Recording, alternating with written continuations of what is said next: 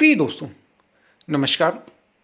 यह तन विष की बेलेरी, गुरु अमृत की खान। शीश दिए जो गुरु मिले, तो भी सस्ता जान। शीश देने पर भी गुरु यदि मिल जाता है तो इसे बड़ा सस्ता समझना, बड़ा सस्ता। और यहाँ सच्चे गुरु की बात हो रही। इसी पर ये संत कबीर का दोहा है, बड़ा प्रसिद्ध है। आप में से ज़रूर सुना ही होगा आप लोगों ने। तो इसी पर हम बात करें। कीमती है बड़ा आध्यात्म के दृष्टिकोण से। पसंद आए तो वीडियो को शेयर ज़रूर करें। आप लोग शेयर करते ही हैं, बड़ी अच्छी बात है। उसके लिए बहुत बहुत धन्यवाद। ज़्यादा से ज़्यादा वीडियो को शेयर करेंगे तो ज़्यादा से ज़्यादा लोगों तक पहुंच हो पाएगी, क्योंकि इंटरनेट पर तमाम चीज़ें और लोग पता नहीं किस दिशा में उनकी चेतना जा रही है। ऐसा नहीं कि आध्यात्मिक चैनल है नहीं, आध्यात्मिक गुरु है नहीं, वो सहायता नहीं, वो काम नहीं कर रहे हैं। वो भी कर रहे हैं और वो भी अब तेजी से फैल रहे हैं, क्योंकि उनकी ज़रूरत है। इंटरनेट इतनी तेजी से, उसमें नकारात्मक चीज़ें, नेगेटिव चीज़ें इतनी तेजी से फैल रही हैं। छोटे छोटे बच्चे से लेकर जो 18 वर्ष से भी कम के हैं, और बड़े 65, 70, 80, 85 वर्ष के लोगों, वो भी यूज़ करते हैं आज के समय। इंटरनेट बड़ा सस्ता है, इसलिए तमाम तरह की चीज़ें। और ऐसे में बचा के रख पाना, आध्यात्म की ओर ले जाना, ये बड़ी बात है, एक बड़ी चुनौती है। तो लगातार इस पर प्रयास किए जा रहे हैं। हमारे जो आध्यात्मिक संत हैं, महापुरुष, वे भी इससे जुड़े हैं, तेजी से काम कर रहे हैं। इसलिए ज़रूरत है, लेकिन उसकी संख्या बहुत कम है, बहुत कम है ऐसे लोग, बहुत कम है ऐसे वीडियो। एक तो जब जो वे वैसे संत महापुरुष हैं, वो आधुनिक तकनीकों से उतने ज़्यादा वाकिफ़ नहीं है। कुछ हैं जो वाकिफ़ हैं, वे उस पर काम कर रहे हैं, लेकिन वो बहुत पर्याप्त नहीं है। इसलिए ज़रूरत है ज़्यादा से ज़्यादा आध्यात्मिक चीज़ों को फैलाने की। इसलिए कहा जाता है आप शेयर करें, लाइक भी करें, कम जो प्रश्न पूछना हो वो पूछें। हम चलते हैं अपने वीडियो की तरफ। तो आज हम वीडियो पर बात करें, उससे पहले एक थोड़ी सी बात मैं ज़रूर करना चाहता हूँ। हम इस चैनल पर जल्द ही गीता का, मतलब जो भगवान श्री कृष्ण द्वारा गीता जो कही गई है, उस पर हम उसके 18 अध्याय में बात करेंगे। ठीक है, इसके लिए हम अलग से ही थोड़ा सा हम डीप में जाएंगे। अब आध्यात्म में थोड़ा सा डीप में हम जाएंगे, और वो चीज़ें हम अलग से, सामान्य वीडियो वो मेंबर्स के लिए होंगी। इसलिए हम ज्वाइन मेंबर का भी जल्द से जल्द, बड़ा सिंपल होगा, बड़ी उसके लिए कुछ जो पैसा होगा बड़ा सिंपल होगा, 100-150 रुपये का अमाउंट होगा, इससे ज़्यादा का नहीं होगा।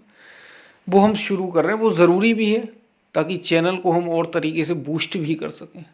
इसके लिए भी बहुत ज़रूरी है, और उसके बिना काम चलेगा भी नहीं, ये चल भी नहीं पा रहा है उतने अच्छे तरीके से। तो इसके लिए उसमें हम थोड़ी सी और डीप बात करेंगे। ये तो वीडियो लगातार ही चलेंगे, तो जो लोग जुड़ सकते हैं वो मेंबर ज़रूर बने। जल्दी ही होगा, अभी अभी हो जाए कह नहीं सकते, लेकिन होगा बड़ी जल्दी। कुछ दिनों में ही हो सकता है, 1-2 दिन, 4 दिन, 5 दिन, 7 दिन, जब भी होगा जल्दी ही शुरू होगा।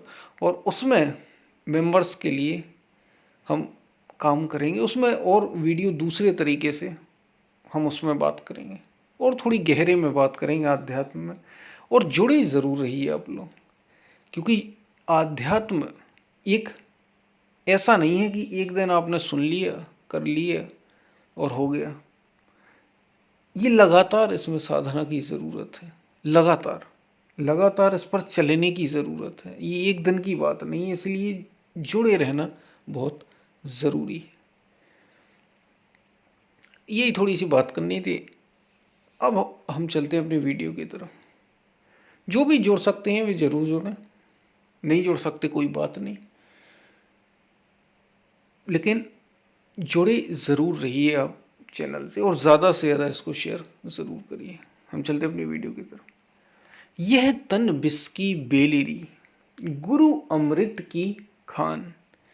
शीस दिए जो गुरु मिले, तो भी सस्ता जान। यह तन बिस की बेलेरी, गुरु अमृत की खान। शीश दिए जो गुरु मिले तो भी सस्ता जान। ये जो तन है, अब ये संत कबीर का दोहा, वो ये कह रहे हैं कि ये तन विष की बेलरी, यानी ये जो शरीर है ना, ये जहर से भरा हुआ है। जहर का मतलब बुराइयों, कमियों, वासना, क्रोध, लोभ, यही तो है इस शरीर में, इस मन में। और है क्या? हम इसी से तो भरे हुए, निरंतर प्रकृति की ओर है, ऊर्जा निरंतर नीचे की ओर जा रही है।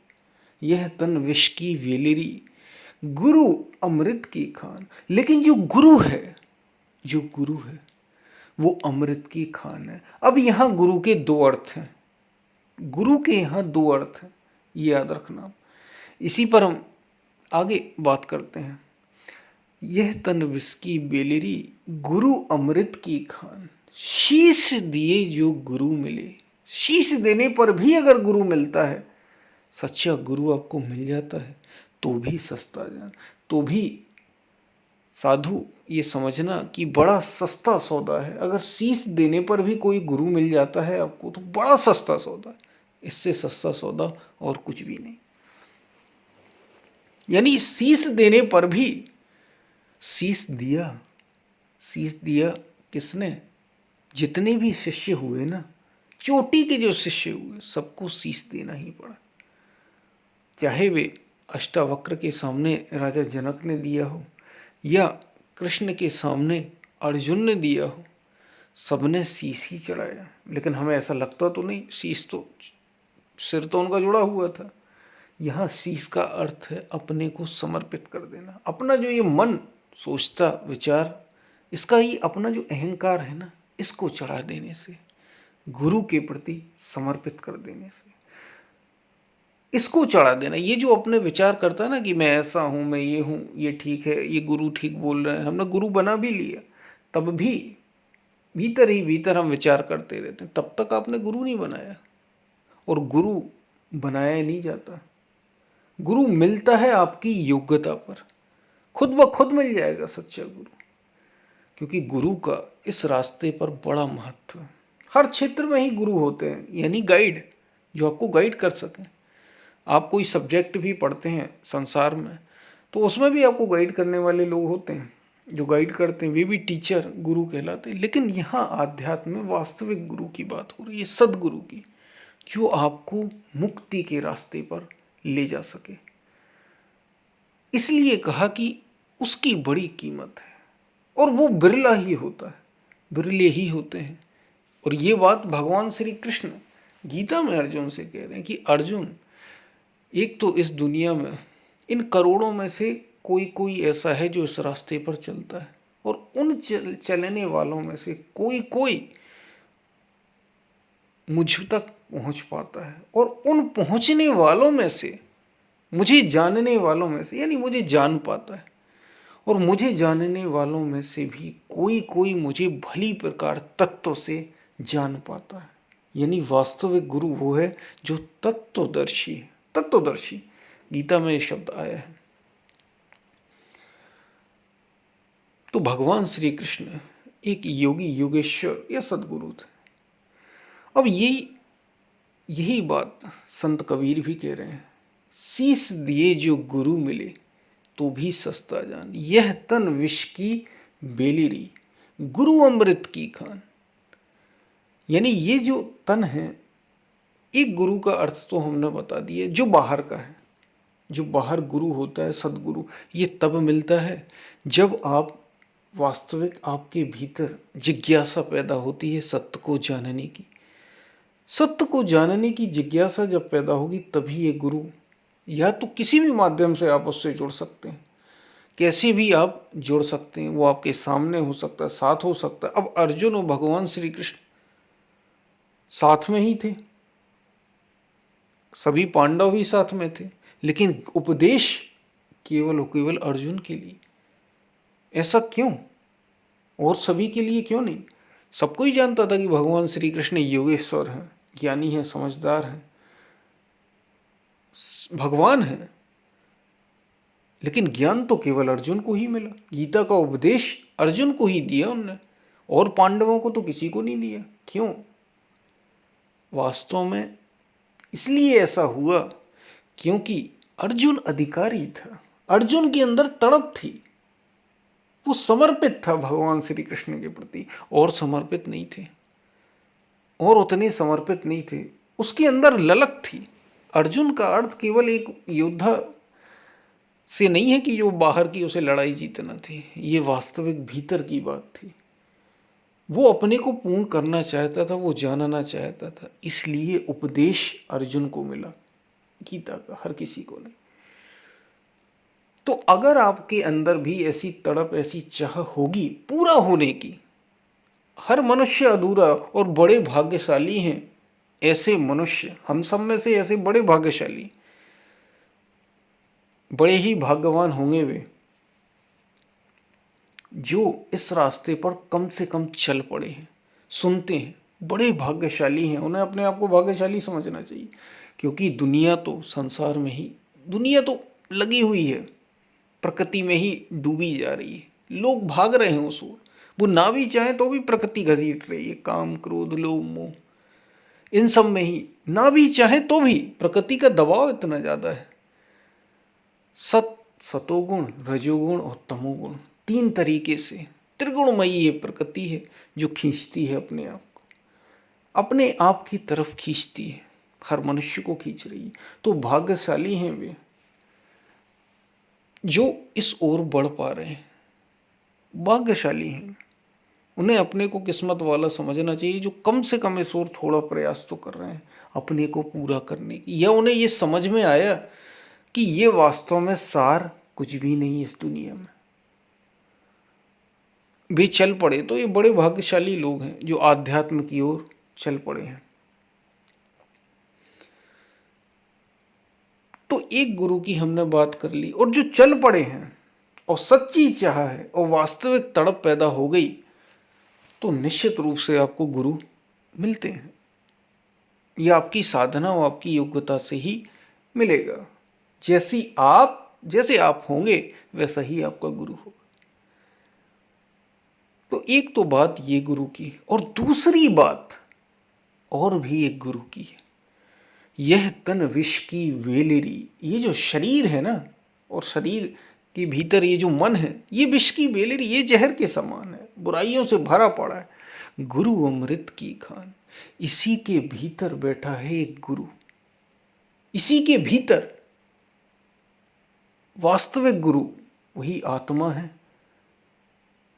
उसको आत्मा कह लें, परमात्मा कह लें, अस्तित्व कह लें, वो वास्तविक गुरु है। और इसी शरीर में बैठ, ये तन तो विष की बेलेरी है, गुरु अमृत, लेकिन इसमें जो गुरु बैठा है वो अमृत की खान, क्योंकि जिन्होंने भी पाया इसी शरीर में पाया। शीश दिए जो गुरु मिले तो भी सस्ता जान। यदि अपने, और गुरु मिलता कब है? जब अपना अहंकार मिट जाए। दूसरा अर्थ यहाँ ये है, अहंकार मिटना ही तो, मैं मिटी, मैं मरा और आप जीते, आपको गुरु मिला। शीश दिए जो गुरु मिले तो भी सस्ता जान, बड़ा सस्ता सौदा है, बड़ा सस्ता। अहंकार का मतलब है जो तुम अपने को जान रहे हो, मान रहे हो, समझ रहे हो, क्योंकि हम समझते ही शरीर है, मन है, और इसी के राग द्वेष, काम क्रोध, सुख दुख में अपने को सुखी और दुखी सोचते समझते रहते हैं। ये हम समझते ही हैं। इन सब का त्याग कर दो, अपने अहंकार को मिटा दो। यही ज्ञान है और यहीं तक पहुंचना है, तो हमें वो गुरु मिल जाएगा। उस गुरु तत्व में हमें भी स्थिति मिल जाएगी। ये असली बात है, क्योंकि गुरु कहीं बाहर नहीं, भीतर ही बैठा है हमारे। लेकिन ये होगा तब जब वास्तविक गुरु आपको मिलेगा। बाहर के गुरु की कीमत कुछ कम नहीं है, उसे कम मत आंकना। उसके बिना ये भीतर वाला यहाँ तक पहुँच बहुत कठिन है, लगभग नामुमकिन सी होती। यह जब आपके अंदर सच्ची चाह हो जाएगी इस भीतरी गुरु के लिए, तो बाहर वाला जरूर मिले जाएगा, आपको मिल ही जाएगा वो। और फिर यहाँ तक पहुँच हो गई तो बस फिर क्या, वो मिल गया तो बस सारे संशय गए। बाहर वाला मिल गया तो भीतर तक आपको पहुंचा ही देगा। चाह आपकी होनी चाहिए, करना सब कुछ आपको, याद रखना। चलना तो आपको है ना, बोझ आप पर रहेगा, गुरु आपकी सहायता करेगा, रास्ता बताएगा, चला भी सकेगा, लेकिन आप चलने को ही तैयार ना हो तो कोई कुछ नहीं कर सकता। इसलिए दारोमदार आप पर रहेगा, चलना आपको, सब कुछ हो जाएगा। और यही संत कबीर इसमें बता रहे हैं कि यह तन विष की बड़े भाग्यशाली हैं वो।